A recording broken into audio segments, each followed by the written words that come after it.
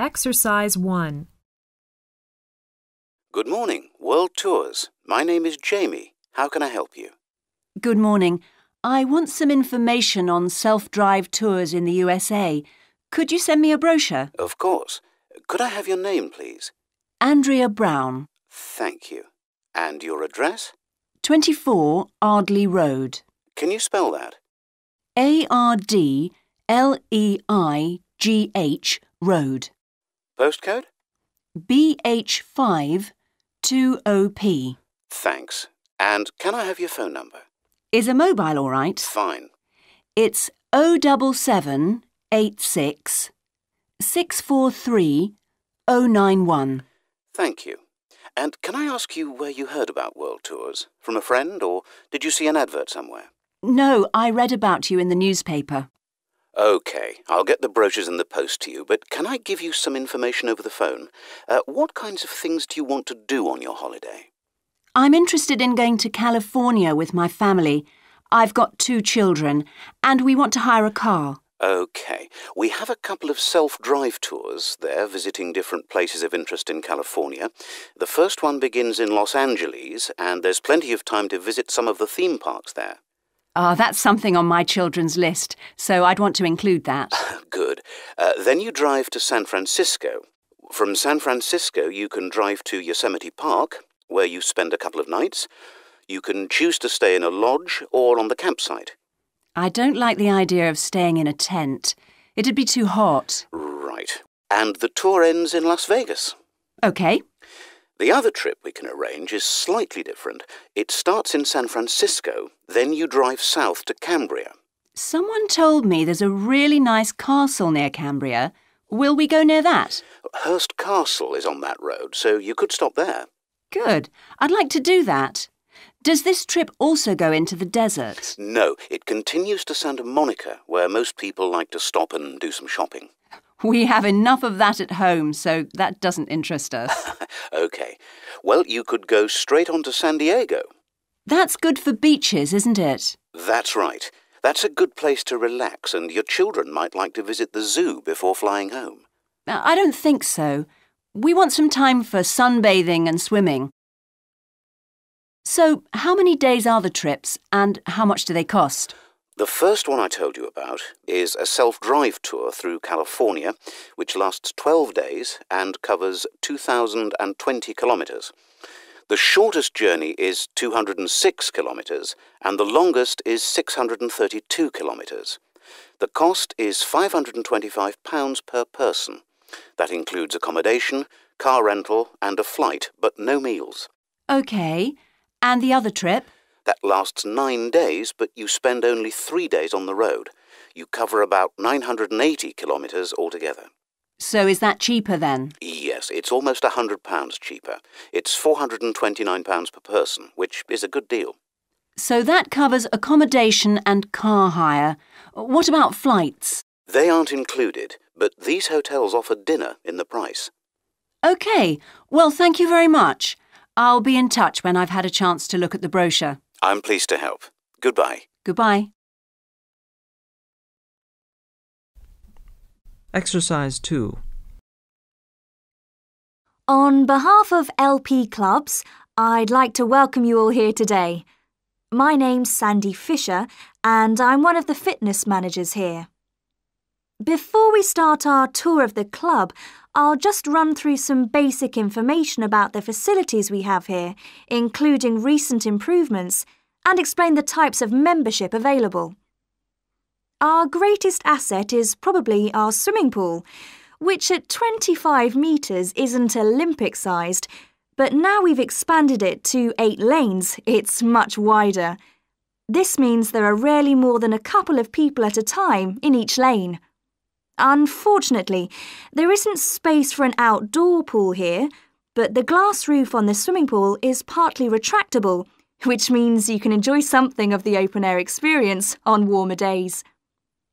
Our recently refurbished fitness suite has all the latest exercise equipment, including 10 new running machines and a wide range of weight training machines. Each member is given full training in how to operate the equipment, and there is always a trainer on duty to offer help and advice. Although we do have adult-only times after 6 and at certain times at weekends, children are well catered for.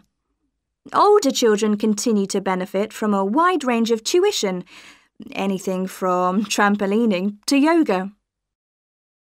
One thing all our members appreciate about us is that we take very good care of them. This starts on day 1 with your personal assessment. You are asked to fill in a questionnaire giving details of any health problems. One of our personal trainers will then go through this with you. The trainer will then take you through the safety rules for using the equipment in the fitness suite. During your next exercise session, a personal trainer will work with you to make sure you understand these. It's very important to do this because we really do want to avoid having any sports injuries. There's a lot more to looking after yourself than simply lifting weights. At the end of the personal assessment, the trainer will draw up a plan outlining what you should try to achieve within a 6-week period. This will then be reviewed at the end of the 6 weeks. Now, I'll just quickly run through the types of membership we have available. All members must pay a joining fee of £90 in addition to the rates for the monthly membership fees. Gold membership entitles you to free entry at all LP clubs. There are now LP clubs in all major cities and towns, so if you travel a lot, this will be a great advantage. Individual gold membership costs £50 a month, and joint membership for you and your partner will cost £75.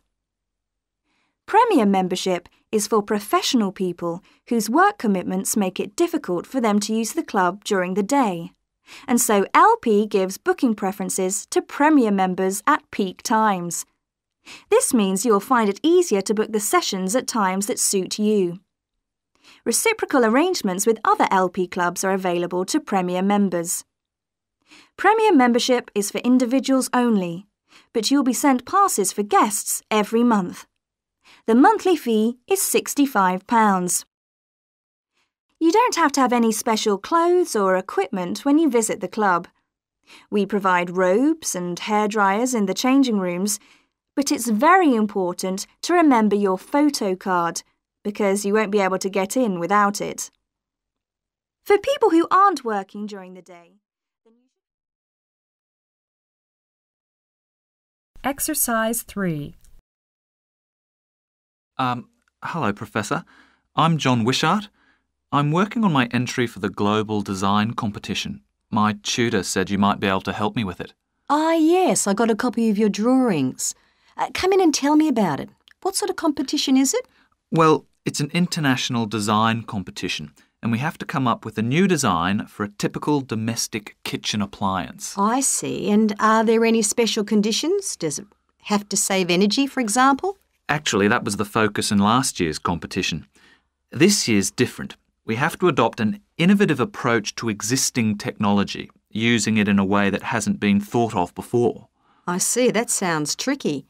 And what kitchen appliance have you chosen? Well, I decided to choose the dishwasher. Interesting. What made you choose that? Well, they're an everyday kitchen appliance in most Australian houses, but they're all pretty boring and almost identical to each other. I think some people will be prepared to pay a little extra for something that looks different. It's a nice idea. I see you've called your design the rock pool. Why is that? Basically because it looks like the rock pools you find on a beach. The top is made of glass so that you can look down into it. And there's a stone at the bottom. Is that just for decoration? Actually, it does have a function. Instead of pushing a button, you turn the stone. So it's really just a novel way of starting the dishwasher. That's right. It's a really nice design, but what makes it innovative? Well, I decided to make a dishwasher that uses carbon dioxide. In place of water and detergent? How will you manage that? The idea is to pressurise the carbon dioxide so that it becomes a liquid. The fluid is then released into the dishwasher where it cleans the dishes all by itself. Sounds like a brilliant idea. Your system will totally do away with the need for strong detergents. So what happens once the dishes are clean? Well, to allow them to dry, the liquid carbon dioxide and the waste materials all go to an area called the holding chamber. That's where the liquid is depressurised and so it reverts to a gas. Then the oil and grease are separated out and sent to the waste system. It sounds like you've thought it all out very thoroughly. So what happens to the carbon dioxide once the process is complete? Not wasted, I hope. Actually, that's where the real savings are made. The carbon dioxide is sent back to the cylinder and can be used again and again. What a terrific idea. Do you think it will ever be built? Probably not, but that's okay. Well, I'm sure a lot of positive things will come out of your design. Now, you seem to have thought about everything, so what exactly did you need me to help you with? Well, my design has made it to the final stage of the competition, and in a few months' time I have to give a presentation, and that's the part I was hoping you could help me with. Right, well that should be easy enough. What have you managed to do so far? Well, I've got detailed drawings to show how it will work, and I've also written a 500-word paper on it. I see. Well, if you want to stand a good chance of winning, you really need a model of the machine. Yes, I thought I might, but I'm having a few problems. What's the main difficulty so far? Let me guess. Is it the materials? Yes. I want it to look professional, but everything that's top quality is also very expensive.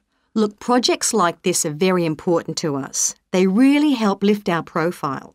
So why don't you talk to the university about a grant? Oh. I can help you fill out the application forms if you like. Oh, that would be great. You'd better show me this paper you've written as well. For a global competition such as this, you need to make sure the technical details you've given are accurate and thorough. Oh, that would be a great help. Is there anything else I can do? Well, I'm really nervous. Exercise 4. Today, we continue our series on ecology and conservation with a look at a particularly endangered member of the black bear family. 1 in 10 black bears is actually born with a white coat, which is the result of a special gene that surfaces in a few. Local people have named it the spirit bear, and according to the legends of these communities, its snowy fur brings with it a special power. Because of this, it has always been highly regarded by them, so much that they do not speak of seeing it to anyone else. It is their way of protecting it when strangers visit the area. The white bear's habitat is quite interesting. The bear's strong relationship with the old-growth rainforest is a complex one. The white bear relies on the huge, centuries-old trees in the forest in many ways. For example, the old-growth trees have extremely long roots that help prevent erosion of the soil along the banks of the many fish streams. Keeping these banks intact is important because these streams are home to salmon, which are the bear's main food source. In return, the bear's feeding habits nurture the forest. As the bears eat the salmon, they discard the skin and bones in great amounts on the forest floor, which provide vital nutrients. These produce lush vegetation that sustains thousands of other types of life forms, from birds to insects and more. Today, the spirit bear lives off the coast of the province of British Columbia on a few islands.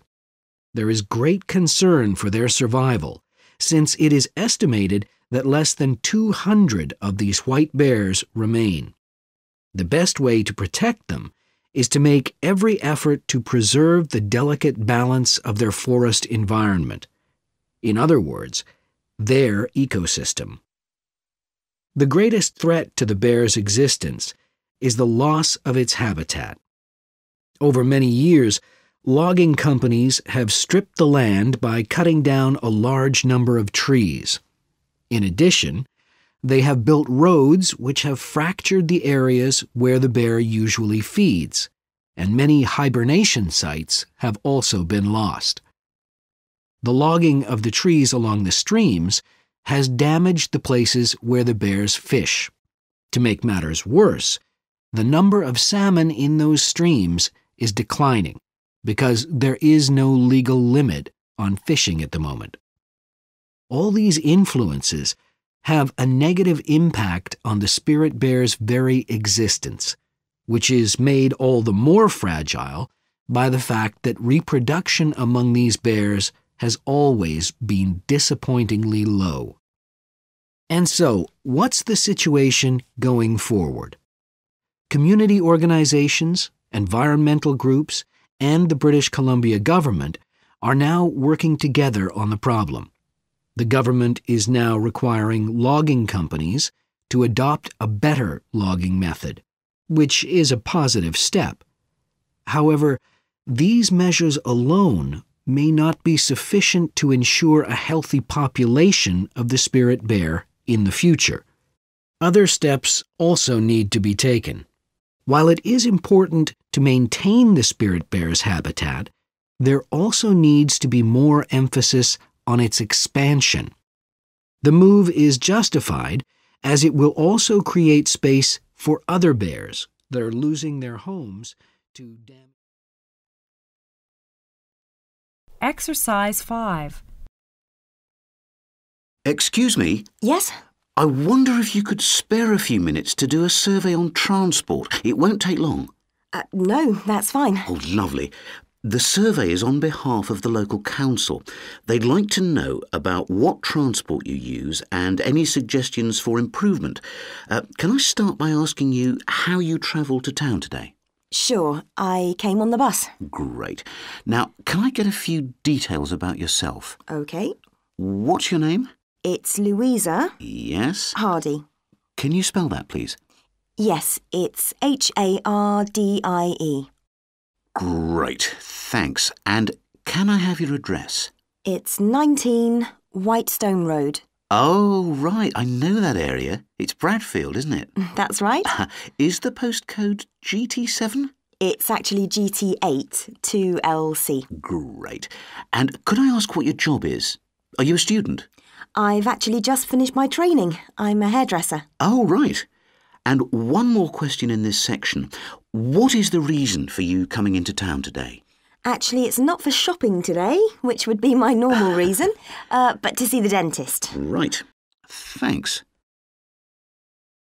Now, in this last section, I'd like you to give us some ideas about the facilities and arrangements in the city for getting to and from work. Any suggestions you have for improvements? Well, something I've thought about for some time is that when I do walk and I'm doing a later shift, I think the lighting should be better. Yes, good point.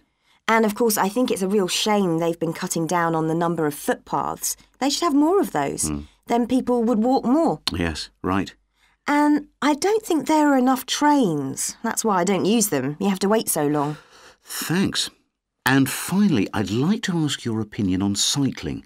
As you may know, there's a drive in the city to get more people to cycle to work. Right. But we realise that there are things which the council, but also employers, might do to help encourage workers to cycle to work. Yep. Well, I have thought about it, and where I work, there are no safe places to leave your bikes. OK. And also, I'd have to cycle uphill, and on a hot day, I'd arrive at work pretty sweaty, so I think I'd need a shower somewhere at work. Right.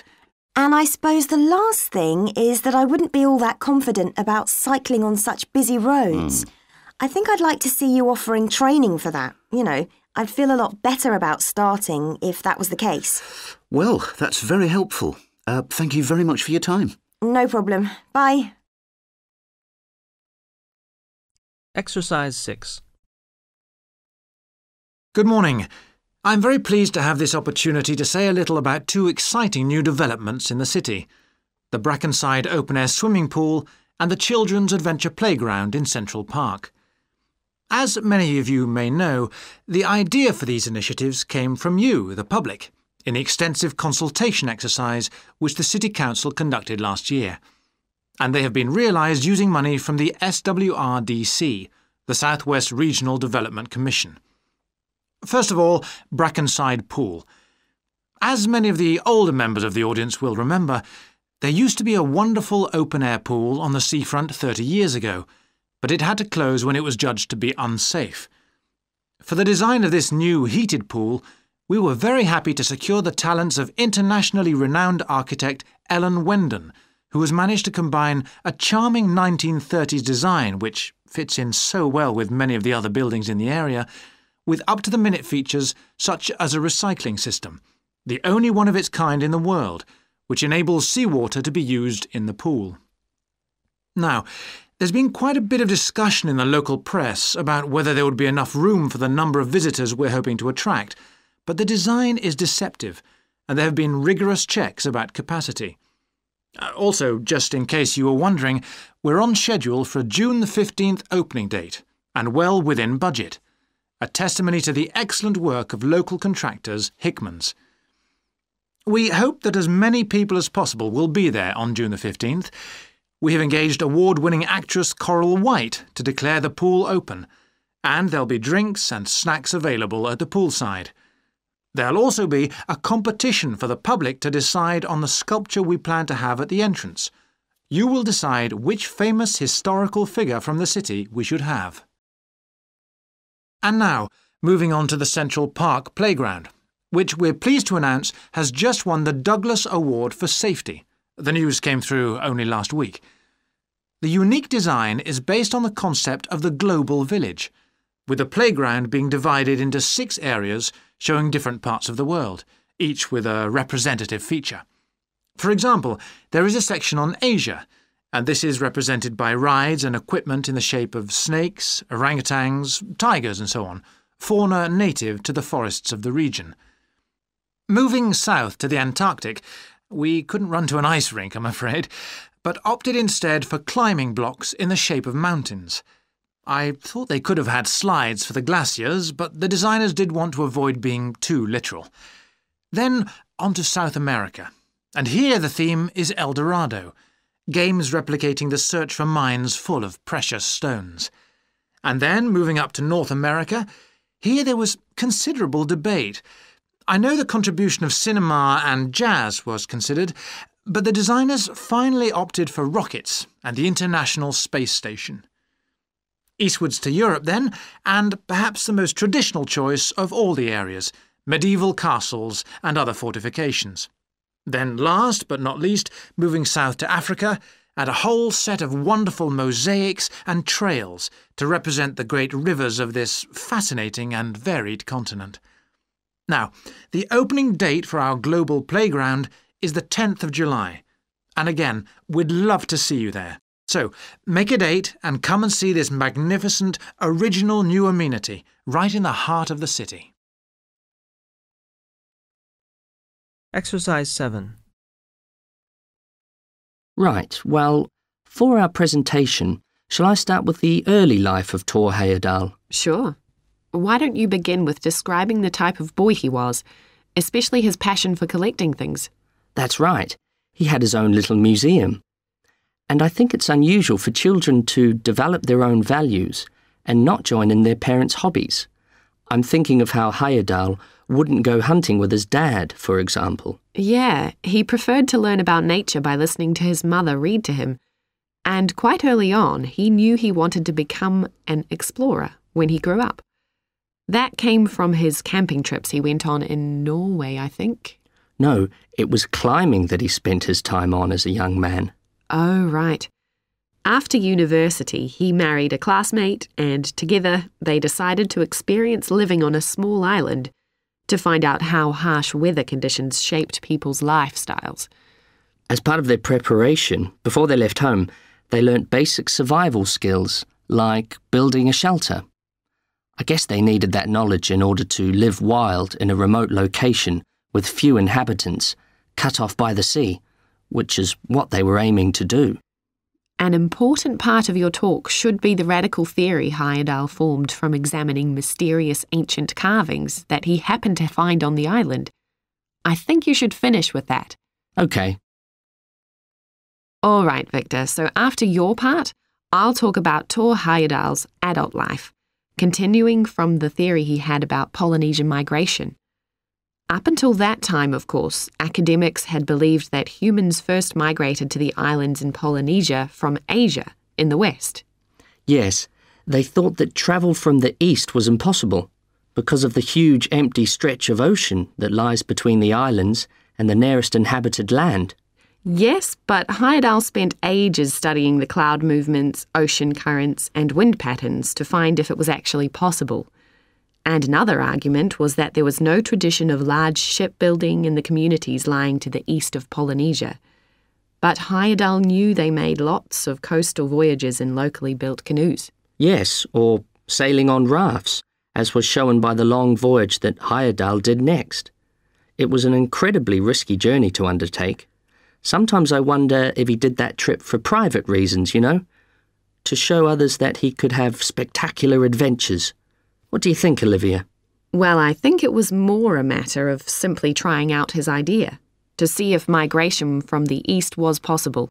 Yes, that's probably it. And the poor guy suffered a bit at that time because the war forced him to stop his work for some years. Yes. When he got started again and planned his epic voyage, do you think it was important to him that he achieve it before anyone else did? I haven't read anywhere that that was his motivation. The most important factor seems to have been that he used only ancient techniques and local materials to build his raft. Yes. I wonder how fast it went. Well, it took them 97 days from South America to the Pacific Islands. And after that, Heyerdahl went to Easter Island, didn't he? We should mention the purpose of that trip. I think he sailed there in a boat made out of reeds. No, that was later on in Egypt, Olivia. Oh, yes, that's right. But what he wanted to do was talk to the local people about their old stone carvings and then make one himself to learn more about the process. I see. Well, what a great life. Even though many of his theories have been disproven, he certainly left a lasting impression on many disciplines, didn't he? To my mind, he was the first person to establish what modern academics call practical archaeology. I mean that they try to recreate something from the past today, like he did with his raft trip. It's unfortunate that his ideas about where Polynesians originated from have been completely discredited. Yes. Right, well, I'll prepare a PowerPoint slide at the end that acknowledges our sources. I mainly used The Life and Work of Thor Heyerdahl by William Oliver. I thought the research methods he used were very sound, although I must say I found the overall tone somewhat old-fashioned. I think they need to do a new, revised edition. Yeah, I agree. What about the subject matter? I found it really challenging. Well, it's a complex issue. I thought the book had lots of good points. What did you think of the illustration? Exercise 8. Well, I've been talking to managers in a number of businesses and reading surveys about the future of management. And what I'm going to present in this seminar is a few ideas about how the activity is likely to change in the next 10 years. It isn't a scientific statistical analysis, just some ideas for us to discuss. One area I want to mention is business markets, and I'm sure a really significant development will be a major increase in competition, with companies from all around the world trying to sell similar products. Consumers will have much more choice. For instance, food products sold in Australia might be manufactured in the USA, China, Finland, and dozens of other countries. At the same time, mergers and takeovers mean that governments are actually losing power to major global corporations. We can probably all think of companies that exert a great deal of influence, which may be good for consumers. A third point I want to make about markets is that in the rapidly expanding economies, such as India, China, Brazil, and Russia, demand is growing very fast. This is putting pressure on resources all over the world. I think businesses are becoming more open to external influences. In particular, companies are consulting customers more and more before making their business decisions. Companies are finding out what they want and providing it, instead of making products and then trying to sell them, which is the model of years ago. Another influence is that concerns about the environment will force manufacturers to extend product life cycles to reduce the amount of pollution and waste. And, in some cases, regulation will need to be strengthened. Many societies are much more fluid and democratic, and the structure of companies is changing to reflect that. I think we're going to see a greater emphasis within companies on teams created with a specific project in mind. And when they're completed, the teams will be disbanded and new ones formed. More and more people see work as simply one part of their lifestyle, and not the most important one. And as the workforce is shrinking in some countries, businesses are having to compete for staff instead of being able to choose among a lot of applicants. Typical examples that will attract and retain staff are traditional ones like flexible hours and, something that has been made possible by advances in technology, remote working, with people based at their home, abroad, or almost anywhere they choose. Management styles will almost certainly continue to change. Senior managers will require a lot more than the efficiency that they've always needed. Above all, they'll need great skills in leadership so that their organization can initiate and respond to change in a fast-moving world where they face lots of competing requirements and potential conflicts. In most of the world, the senior managers of large businesses are mainly men in their 50s and 60s. The predominant style of management will almost certainly become more consultative and collaborative, caused, above all, by more women moving into senior management positions. Many of the changes are influenced by developments in the wider economy. The traditional emphasis of business was manufacturing, and of course the service sector is very important. But we shouldn't overlook the growing financial contribution of IP, that is, intellectual property. Some books and films generate enormous sums from the sale of related DVDs, music, games, clothes, and so on. Another point I'd like to make is that although I've been talking about companies, one trend that they have to face is the move away from people working for the same employer for years. Instead, more and more people are becoming self-employed to gain the freedom and control over their lives that they're unlikely to get from being employed. Okay, well, that's all I want to say, so let's open it up for discussion. Exercise 9. Good morning. Welcome to the Early Learning Childcare Centre. How may I help you? Hi, I spoke to you last week about enrolling my daughter for next year. Oh, yes. I'll just get some details from you. So, you're her mother? That's right. And can I have your name? It's Carol Smith. And your daughter's name? It's Kate. Now, we have several groups at the centre and we cater for children from 3 to 5 years old. How old is your daughter?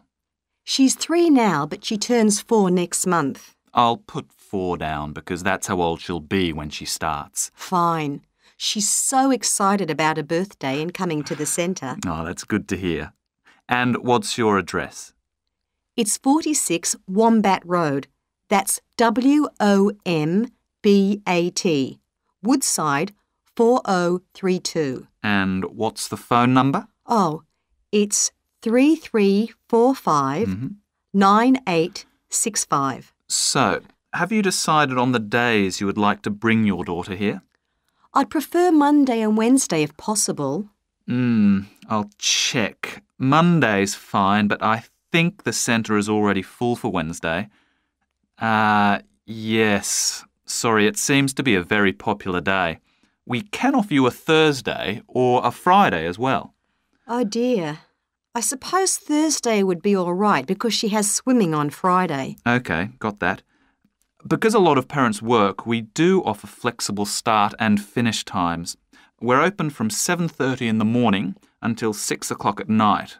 What time would you like your daughter to start? I need to get to work in the city by 9, so I'll drop her off at 8:30. You're pretty close to the city here, so that should give me plenty of time to get there. That's fine. Now, we also need to decide which group she'll be in. We have 2 different groups and they're divided up according to age. There's the green group, which is for 3 to 4-year-olds, and then there's the red group, which is for 4 to 5-year-olds. She's quite mature for her age and she can already write her name and read a little. Well, I'll put her in the red group and we can always change her to the green one if there are any problems. That sounds fine. OK, let's move on to meals. We can provide breakfast, lunch and dinner. As she's finishing pretty early, she won't need dinner. Will you give her breakfast before she comes? Yes, she'll only need lunch. Now, does she have any medical conditions we need to know about? Does she have asthma or any hearing problems, for example?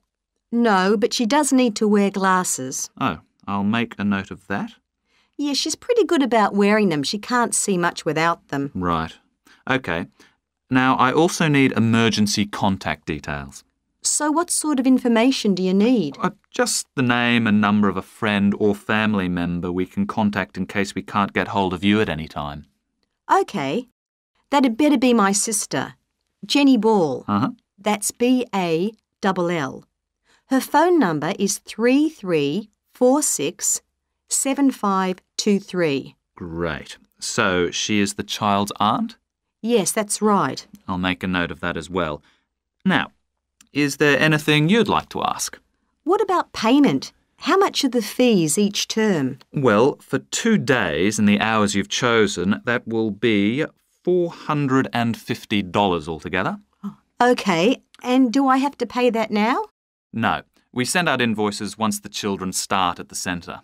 You can choose to pay at the end of each term, or we do offer a slightly discounted rate if you pay every month.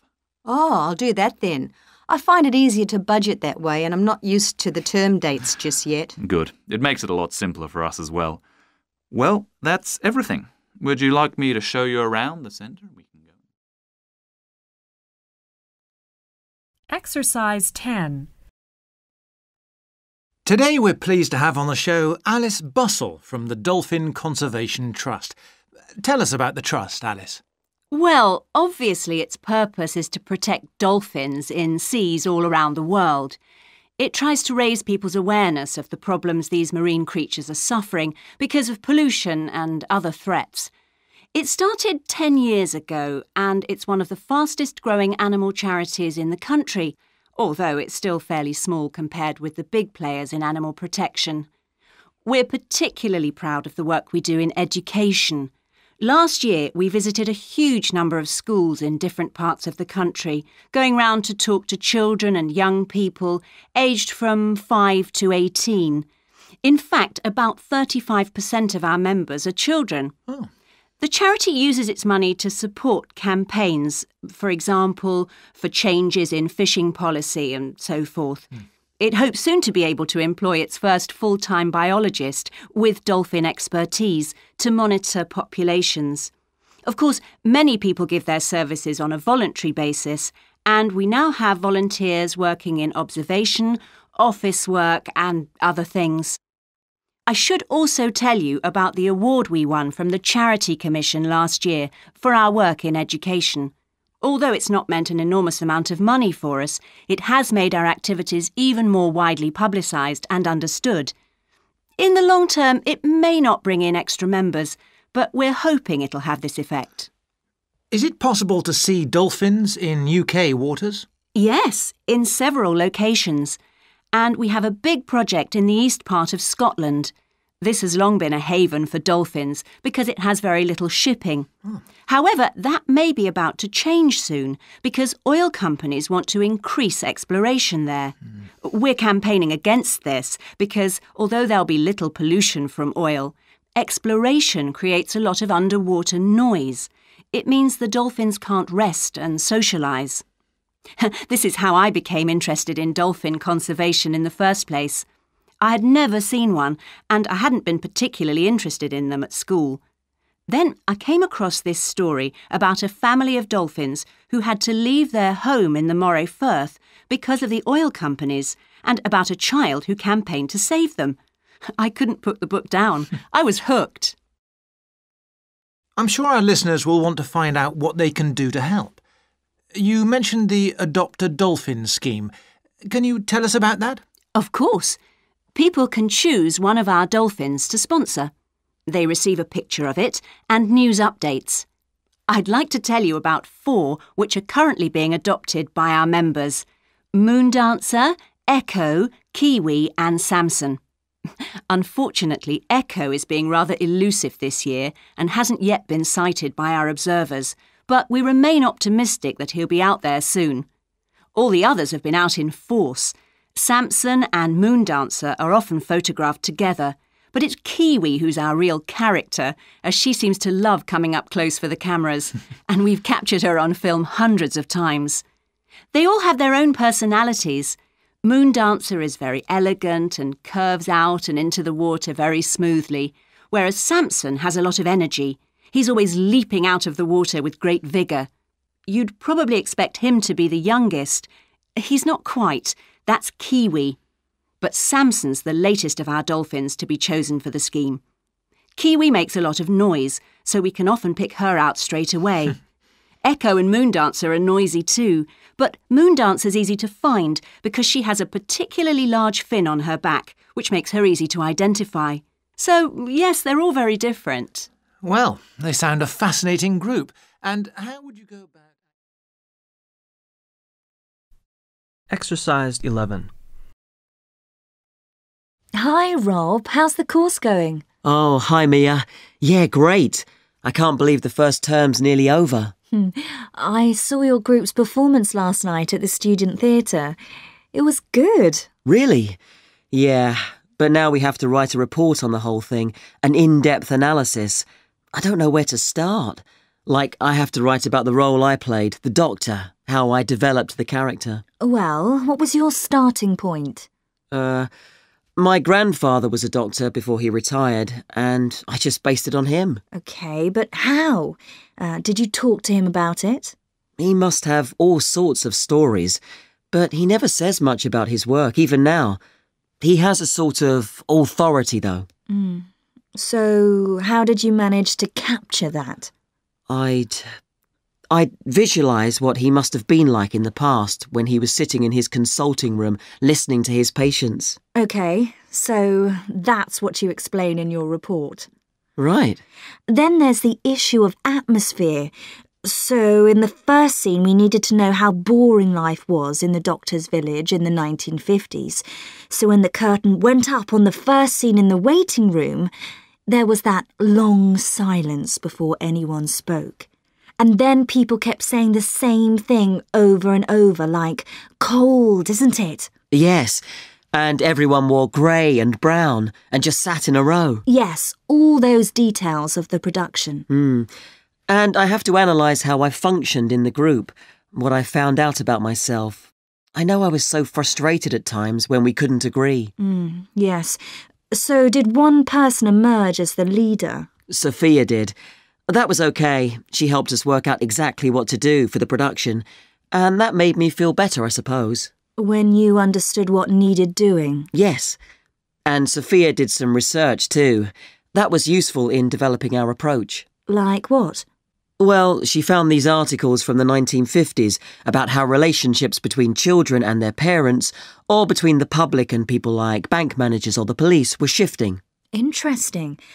And did you have any practical problems to overcome? Well, in the final rehearsal, everything was going fine until the last scene. That's where the doctor's first patient appears on stage on his own. The one in the wheelchair? Yes, and he had this really long speech with the stage all dark except for one spotlight. And then that stuck somehow, so it was shining on the wrong side of the stage.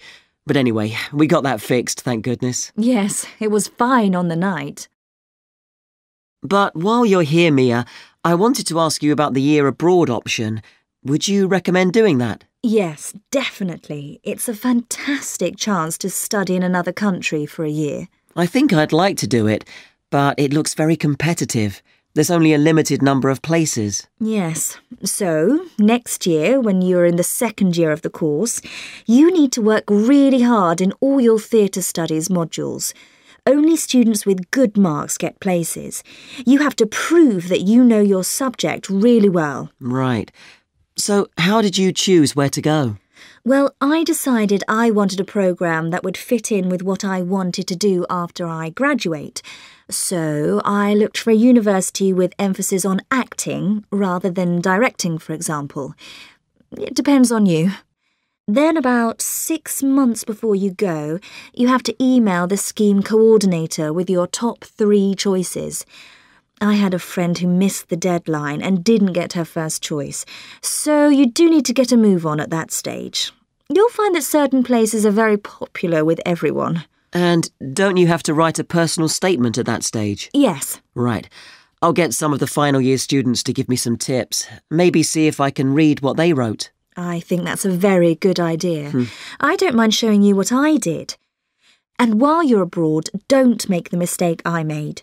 I got so involved I forgot all about making arrangements for when I came back here for the final year. Make sure you stay in touch so they know your choices for the optional modules. You don't want to miss out doing your preferred specialisms. Right. Exercise 12. Today, I want to talk about self-regulatory focus theory and how the actions of leaders can affect the way followers approach different situations. Self-regulatory focus theory is a theory developed by Torrey Higgins. He says that a person's focus at any given time is to either approach pleasure or avoid pain. These are 2 basic motivations that each and every one of us has, and they cause us to have different kinds of goals. Promotion goals in different life situations emphasize achievement. Prevention goals are oriented towards the avoidance of punishment. In a specific situation, our thoughts might focus more on promotion goals or more on prevention goals. The theory suggests that 2 factors affect which goals we are focusing on. First, there is a chronic factor. This factor is connected to a person's personality and says that each person has a basic tendency to either focus more on promotion goals or focus more on prevention goals as part of his or her personality. Second, there is a situational factor, which means that the context we are in can make us more likely to focus on one set of goals or the other. For example, we are more likely to be thinking about pleasure and to have promotion goals when we are spending time with a friend. In contrast, if we are working on an important project for our boss, we are more likely to try to avoid making mistakes and therefore have more prevention goals in our mind. Research has shown that the goals we are focusing on at a given time affect the way we think. For example, when focusing on promotion goals, people consider their ideal self, their aspirations and gains. They don't think about what they can lose, so they think in a happier mode. They feel more inspired to change. When people are focusing on prevention goals, they think about their ought self. What are they supposed to be? What are people expecting from them? They consider their obligations to others. As a result, they experience more anxiety and try to avoid situations where they could lose. Now that I have talked about the 2 focuses and how they affect people, I want to look at the idea that the way leaders behave, or their style of leading, can affect the focus that followers adopt in a specific situation. In talking about leadership, we often mention transformational leaders and transactional leaders.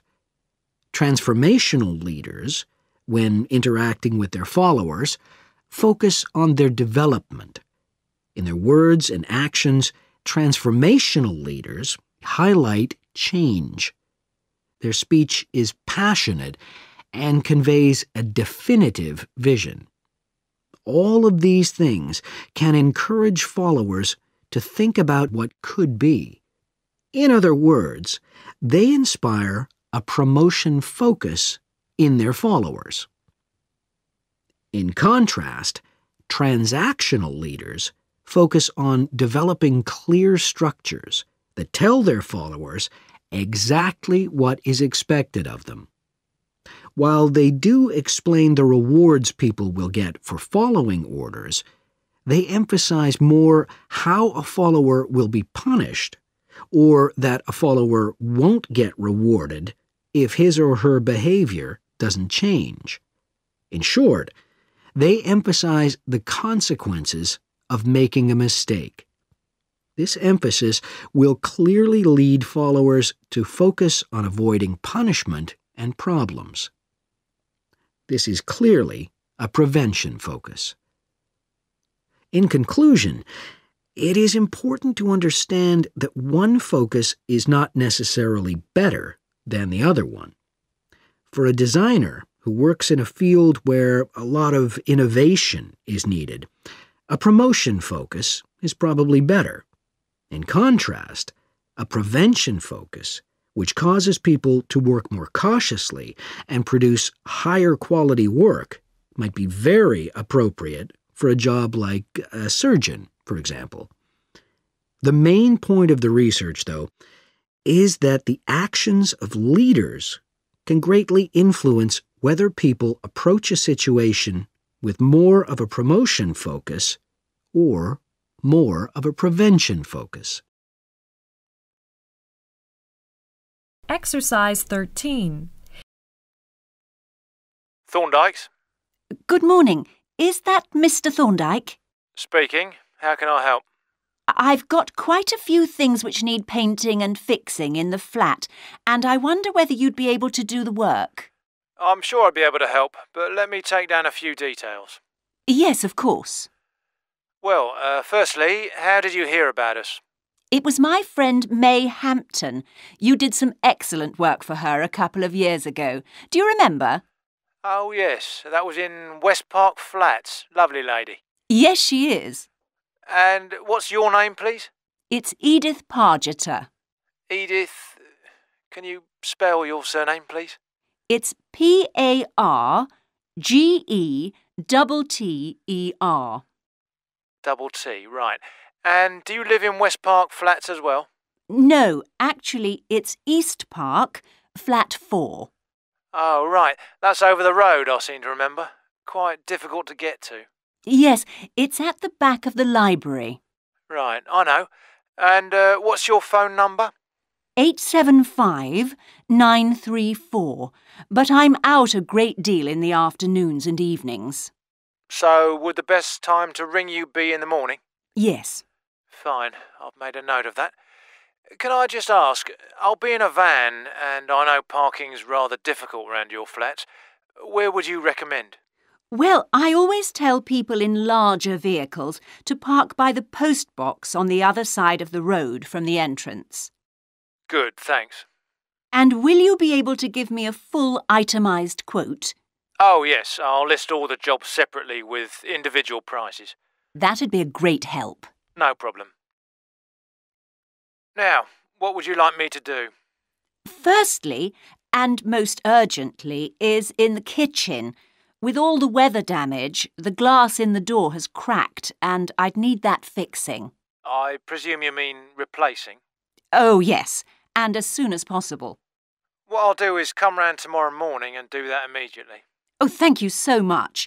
The other things aren't so urgent, but... Now, I'll make a note of everything you want doing. Well, in the kitchen, I'd like some painting doing. All the kitchen walls? Just the area over the cooker. It's very greasy. Right, it does tend to get that way. Yes. Well, if you want a proper job done, what I'd need to do is strip the old paint and plaster it about a week before I paint it. Of course. Now, May tells me you also do work in the garden. That's right. Well, I'd like you to replace a fence. Just one? Yes, at the far end. Fine, shouldn't be a problem. And that's the lot. Fine. Yeah, as I say, I can come round tomorrow morning to look over things with you.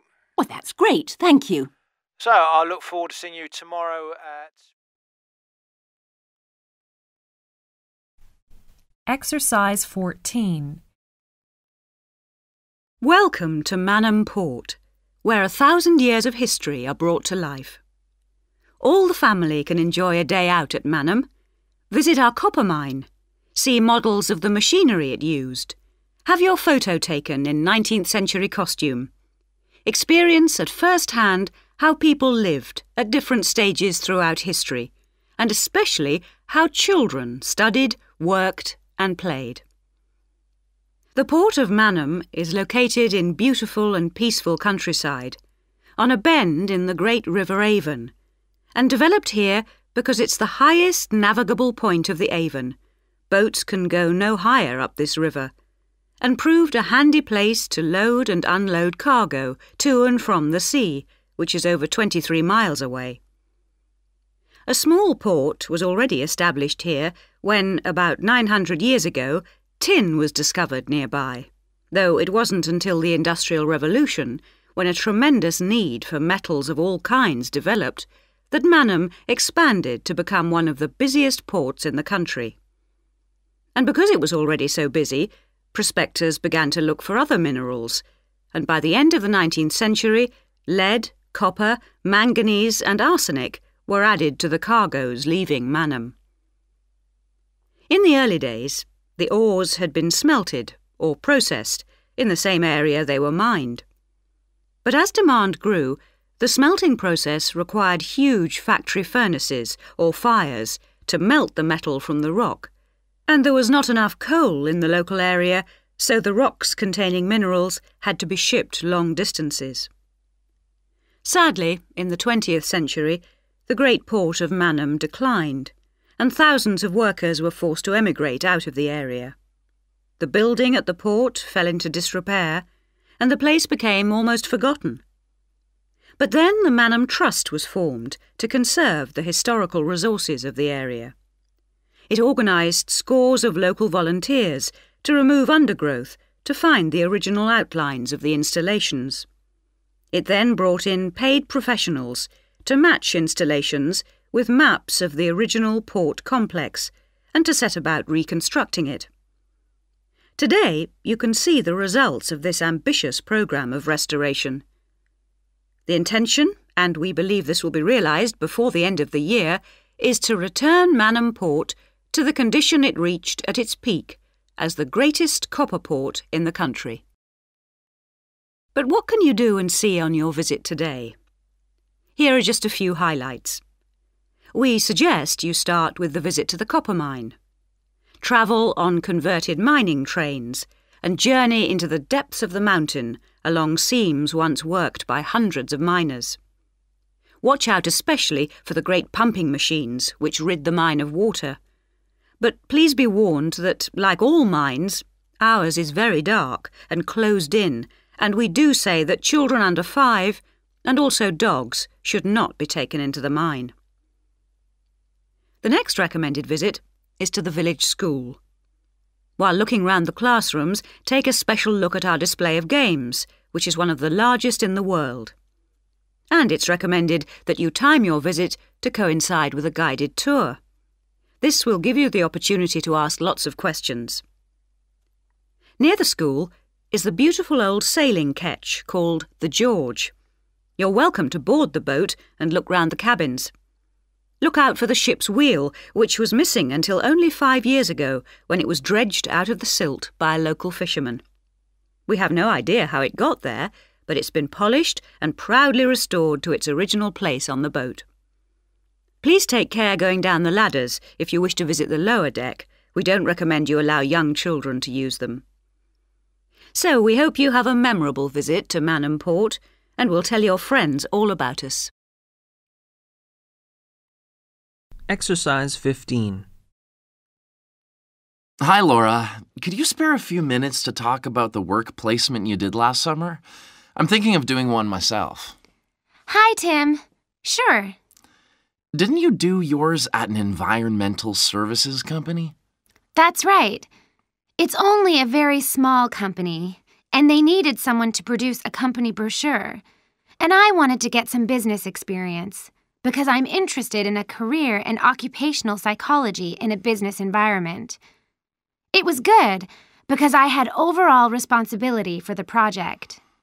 What kind of skills do you think you developed on the placement? I mean, apart from the ones you already had. Did you have to do all the artwork for the brochure, the layout and everything? We hired the services of a professional photographer for that. I did have to use my IT skills to a certain extent because I cut and pasted text from marketing leaflets. But that didn't involve anything I hadn't done before. Do you think you got any better at managing your time and prioritizing things? You always used to say you had trouble with that. Oh, definitely. There was so much pressure to meet the project deadline. And I also got better at explaining things and asserting my opinions, because I had to have weekly consultations with the marketing manager and give him a progress report. It sounds as if you got a lot out of it then. Absolutely. It was really worthwhile. But, the company benefited too. Yes, they must have done. After all, if they'd used a professional advertising agency to produce their brochure instead of doing it in-house, presumably they'd have paid a lot more. Oh, yes. I worked it out. It would have been 250% more, and I thought the end result was good, even though we did everything on site. The company has quite a powerful computer, and I managed to borrow some scanning software from the university. The new brochure looks really professional. It enhances the image of the company straight away. So, in the long run, it should help them to attract clients and improve their sales figures? That's the idea, yeah. Well, all in all, it sounds very positive. I think I'll go ahead and apply for a placement myself. How do I go about it? It's easy enough to do, because there's a government agency called STEP, STEP, that organizes placements for students. You should start by getting their booklet with all the details.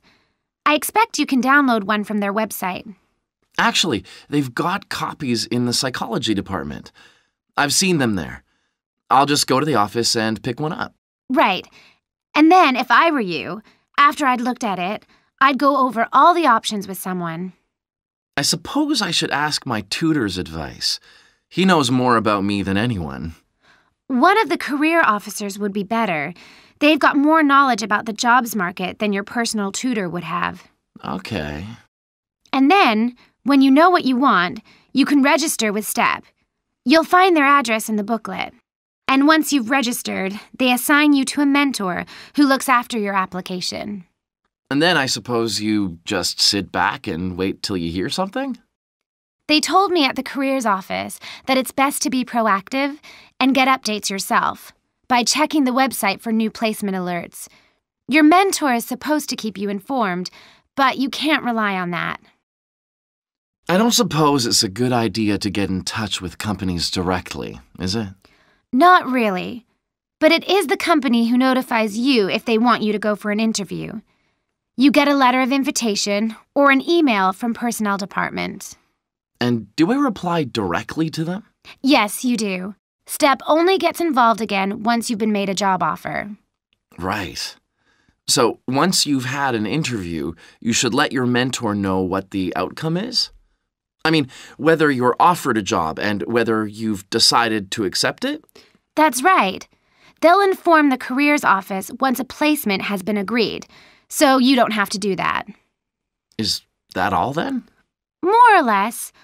Only once you've accepted an offer, you'll probably have to supply a reference, because the placement will be conditional on that. And that's something you should ask your own tutor to provide. He knows about your academic ability and also about your qualities, like reliability. Well, thanks very much for the information. I'm starting to look forward to... Exercise 16. Today we're going to look at an important area of science, namely nanotechnology. So, what is it? Nano means tiny, so it's science and engineering on the scale of atoms and molecules. The idea is that by controlling and rearranging atoms, you can literally create anything. However, as we'll see, the science of the small has some big implications, affecting us in many ways. There's no doubt that nanotechnology promises so much for civilization. However, all new technologies have their teething problems. And with nanotechnology, society often gets the wrong idea about its capabilities. Numerous science fiction books and movies have raised people's fears about nanotechnology, with scenarios such as inserting little nanorobots into your body that monitor everything you do without you realizing it, or self-replicating nanorobots that eventually take over the world. So, how do we safeguard such a potentially powerful technology? Some scientists recommend that nanoparticles be treated as new chemicals, with separate safety tests and clear labelling. They believe that greater care should also be taken with nanoparticles in laboratories and factories. Others have called for a withdrawal of new nanoproducts, such as cosmetics, and a temporary halt to many kinds of nanotech research. But as far as I'm concerned, there's a need to plough ahead with the discoveries and applications of nanotechnology. I really believe that most scientists would welcome a way to guard against unethical uses of such technology. We can't go around thinking that all innovation is bad, all advancement is bad. As with the debate about any new technology, it is how you use it that's important. So, let's look at some of its possible uses. Thanks to nanotechnology, there could be a major breakthrough in the field of transportation, with the production of more durable metals. These could be virtually unbreakable, lighter, and much more pliable, leading to planes that are 50 times lighter than at present. Those same improved capabilities will dramatically reduce the cost of travelling into space, making it more accessible to ordinary people and opening up a totally new holiday destination. In terms of technology, the computer industry will be able to shrink computer parts down to minute sizes. We need nanotechnology in order to create a new generation of computers that will work even faster and will have 1,000,000 times more memory, but will be about the size of a sugar cube. Nanotechnology could also revolutionize the way that we generate power. The cost of solar cells will be drastically reduced, so harnessing this energy will be far more economical than at present. But nanotechnology has much wider applications than this and could have an enormous impact on our environment. For instance, tiny airborne nanorobots could be programmed to actually rebuild the ozone layer, which could lessen the impact of global warming on our planet. That's a pretty amazing thought, isn't it? On a more local scale, this new technology could help with the cleanup of environmental disasters, as nanotechnology will allow us to remove oil and other contaminants from the water far more effectively. And if nanotechnology progresses as expected, as a sort of building block set of about 90 atoms, then you could build anything you wanted from the bottom up. In terms of production, this means that you only use what you need, and so there wouldn't be any waste. The notion that you could create anything at all has major implications for our health. It means that we'll eventually be able to replicate anything. This would have a phenomenal effect on our society. In time, it could even lead to the eradication of famine through the introduction of machines that produce food to feed the hungry. But it's in the area of medicine that nanotechnology may have its biggest impact. How we detect disease will change as tiny biosensors are developed to analyse tests in minutes rather than days. There's even speculation nanorobots could be used to slow the ageing process, lengthening life expectancy. As you can see, I'm very excited by the implications that could be available to us in the next few decades. Just how long it'll take, I honestly don't know.